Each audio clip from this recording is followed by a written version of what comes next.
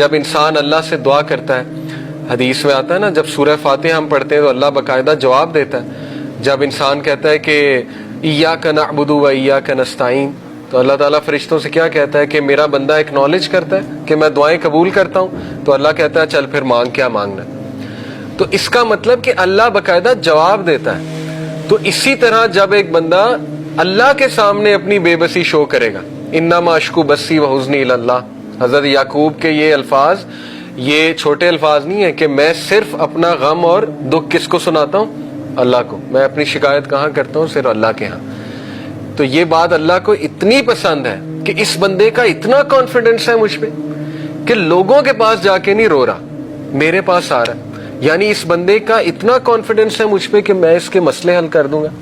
تو آپ سوچیں آپ اللہ تعالیٰ کی توحید کو کیسے جو ہے وہ اس پہ ایکٹ کر رہے ہیں. حدیث میں آتا ہے کہ جب بندہ دعا کے لیے ہاتھ اٹھاتا ہے، اللہ کے نبی صلی اللہ علیہ وسلم نے فرمایا یور لارڈ از شائے، تمہارا لارڈ شائے ہے. جب تم اس کے آگے دعا کے لیے ہاتھ اٹھاتے ہو تو اللہ تعالیٰ شائع ہوتا ہے کہ میں اس کو ایمپٹی ہینڈ ریٹرن نہ کروں. سبحان اللہ، یہ اللہ تعالیٰ. میں آپ کو ایک بات تجربے سے بتاتا ہوں. آپ لوگوں کے سامنے اپنی ویکنس شو کریں گے نا، رونا دھونا، ایک ٹائم آئے گا لوگ کہیں گے یار ایسے روندا رہنا، آپ کے بارے میں مشہور ہو جائے گا کہ یہ تو ہر وقت اس نے رونا ڈالا ہوتا ہے. تو پھر کیا فائدہ ہوا؟ ٹھیک ہے نا، ایک ٹائم تک لوگ ہیلپ کریں گے، اس کے بعد جو ہے وہ لوگ بھی تنگ آ جائیں گے. تو اس لیے اللہ کے سامنے پٹی جو ہے وہ اللہ کو شو کریں کہ اللہ مجھ پہ رحم کر، رب اغفر ورحم وانت خیر الراحمین. اور ایسے کانفیڈنس سے اللہ آپ کی پھر ایسی مدد کرے گا کہ آپ کا گمان، یہی اس آیت کا مطلب ہے وَمَن يَتَّقِ اللَّهَ يَجْعَل لَهُ مَخْرَجًا. جو کوئی اللہ کا تقوی اختیار کرتا ہے اللہ اسے اس طرح سے نکالتا ہے اس مصیبت سے، اور ایسی ایسی سورسز سے دیتا ہے کہ اس کا گمان بھی نہیں جاتا. لیکن شرط کیا ہے کہ اللہ پہ کانفیڈنس، اس لیول کا کانفیڈنس کہ نہیں میرا مسئلہ اللہ ہی حل کر سکتا ہے، میں نے اللہ سے ہی لینا ہے، میں اس کے علاوہ کوئی اور کچھ سوچ ہی نہیں سکتا.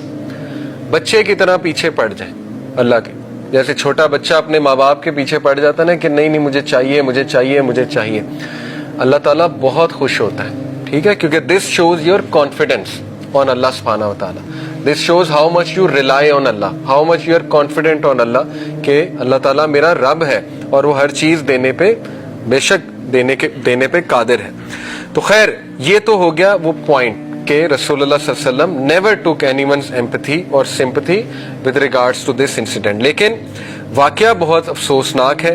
اللہ کے نبی صلی اللہ علیہ وسلم پہلی تو بات واک کر کے گئے. آپ میں سے کوئی طائف گیا ہے؟ میں 2 بار گیا ہوں، ٹھیک ہے، اور پہاڑی راستہ ہے، آپ نے بھی دیکھا ہے، ٹھیک ہے نا.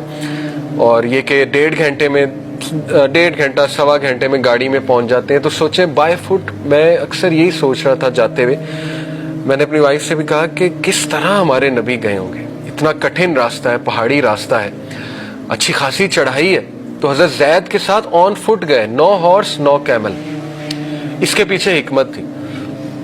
یہاں سے ثابت ہوتا ہے کہ ایون دو اللہ کے نبی صلی اللہ علیہ وسلم کا اعتقاد بہت اسٹرانگ تھا، لیکن ہی ٹرائیڈ ہز لیول بیسٹ جتنا کیئرفل ہو سکتے تھے لائف میں.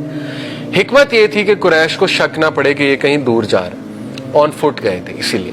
تو ہمیں بھی اپنی لائف میں ایسے ہی زندگی گزارنی ہے، ہمیں اپنی بیسٹ ایفرٹ کرنی ہے آخر تک، جتنا کیئرفل ہم کسی بھی معاملے کے حوالے سے ہو سکتے ہیں، جتنی ایفرٹ ہم کر سکتے ہیں، اینڈ دین لیو ٹو اللہ. اس کے بعد اللہ سنبھال لے گا ہر چیز. ہم نے اللہ